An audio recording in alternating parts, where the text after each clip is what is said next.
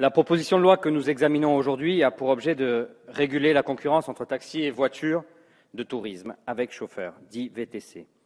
Elle est une réponse aux nombreuses manifestations de chauffeurs de taxi qui ont eu lieu en France, mais aussi en Europe, en raison de l'émergence soudaine et en nombre des VTC. La réglementation et les investissements bien moins contraignants ont en effet fini par créer une concurrence déloyale avec les taxis.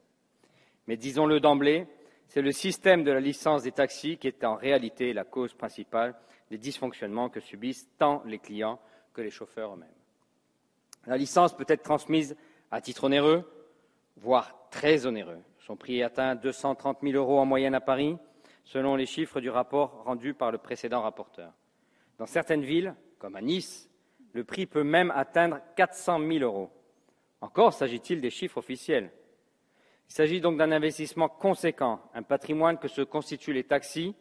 Une grande partie de leur retraite est en jeu autour de ces licences. Mais il existe également des taxis locataires qui ne sont pas tenus d'acheter une licence pour exercer leur profession et doivent en revanche verser une somme importante aux loueurs qui possèdent cette licence. Cette somme peut aller, selon les chiffres du même rapport, jusqu'à 4 500 € par mois. C'est quand même l'un des rares métiers où l'on doit payer pour travailler, dans des conditions les plus souvent rudes et stressantes, avec des fins de mois difficiles, comme par exemple à Paris, mais aussi dans nombre de villes de France. Alors s'il est de bon ton de se plaindre des taxis, un jeu marseillais, il faut surtout dire que ce métier est un métier dur et insuffisamment rémunéré. Et si les chauffeurs de taxi manifestent, et ce n'est pas pour conserver leur rente, mais bien pour tenter d'endiguer la dégradation continue de leurs conditions de travail et de leurs revenus financiers. Les chauffeurs de VTC, quant à eux, doivent, pour exercer, acquérir une carte professionnelle de chauffeur de voiture de tourisme d'un montant d'environ 100 € et puis ensuite peuvent exercer leur profession. Leurs tarifs ne pourront donc qu'être déloyaux dans la mesure où leur investissement de départ est sans commune mesure avec celui des taxis. On voit bien que les deux professions ne font pas face aux mêmes enjeux financiers. Il fallait donc, sans jeter la pierre à personne, s'attaquer à la racine du problème, c'est-à-dire à cette distorsion de concurrence. À terme, il nous semble que seule la suppression totale du régime des licences soit la solution pour mettre fin aux difficultés que j'énonçais à l'instant. Bien sûr, et j'insiste là-dessus, aucun propriétaire de licence ne doit être lésé. Des solutions existent permettant de ménager tant les comptes publics que le droit de propriété des taxis. On pourrait, par exemple, ça a déjà été annoncé par ailleurs, convertir leur investissement dans la licence en droit à la retraite. De cette manière, il n'y aurait que des gagnants, puisque tout le monde pourra commencer à travailler, soit en véhicule de tourisme, soit en taxi, sans débourser des sommes faramineuses. Bien sûr, un tel bouleversement bénéfique nécessite un débat plus approfondi, notamment concernant les sources de financement à trouver pour indemniser les chauffeurs de taxi. Je peux prédire, sans grande difficulté, que nous allons y revenir très vite. Je vois qu'il n'y a plus nos collègues sur les bancs de droite. Le gros chantier de demain, c'est également privilégier au maximum le copartage des taxis comme des VTC. La technologie connectée et les smartphones le permettent. La loi devra suivre. Favoriser encore et toujours l'intermodalité entre les différents transports et privilégier les transports collectifs.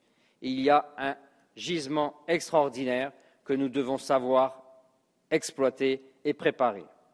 Mais ce n'était pas l'objet de cette proposition de loi qui avait comme ambition affichée de régler rapidement les dysfonctionnements liés à l'arrivée soudaine des VTC.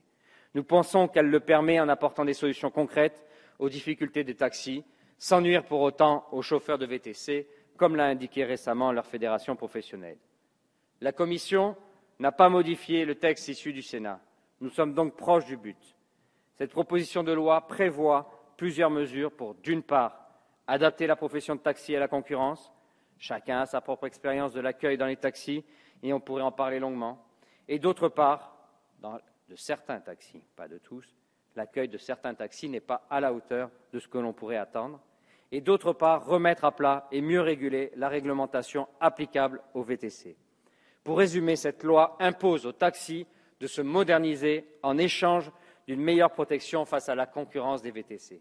Tout d'abord, la base de données publique et gratuite ouverte aux taxis permettra d'étendre leur monopole de maraude aux nouvelles technologies et en interdisant l'accès aux VTC.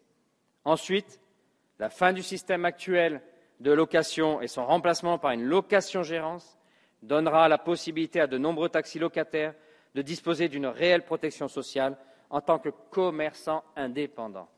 Une réelle protection sociale, ce qu'il manque actuellement à un nombre d'exploitants taxis. En outre, l'incessibilité des nouvelles licences mettra un terme à la spéculation dont les taxis sont les premières victimes. Et enfin, la reprise en main de la procédure d'immatriculation des VTC et l'instauration d'un socle de sanctions permettra de rétablir l'équilibre entre les deux professions en contrôlant plus étroitement les VTC. Je ne reviendrai pas sur l'épisode malheureux de l'amendement déposé en dernière minute dans cette Assemblée, qui imposait aux VTC, dès qu'un client a été déposé, de retourner au lieu d'établissement de l'exploitant de cette voiture ou dans un lieu hors de la chaussée où le stationnement est autorisé. Une telle mesure mettait purement et simplement fin au VTC et détruisait tout le système que nous souhaitons mettre en place.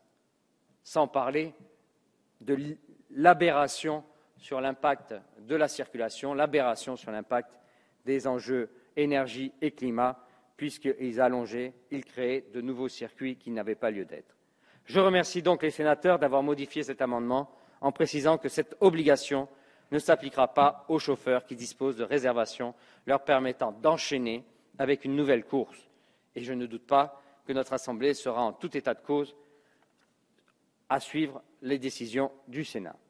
Ainsi, et même si la présente proposition de loi ne va pas aussi loin que nous le souhaitons, à savoir en particulier en s'attaquant au problème principal que constituent les licences, elle a néanmoins le mérite d'apporter un peu de justice, d'équilibre dans un conflit entre deux professions, conflit qui n'a trop que duré.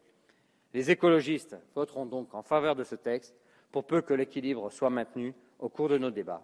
Je vous remercie.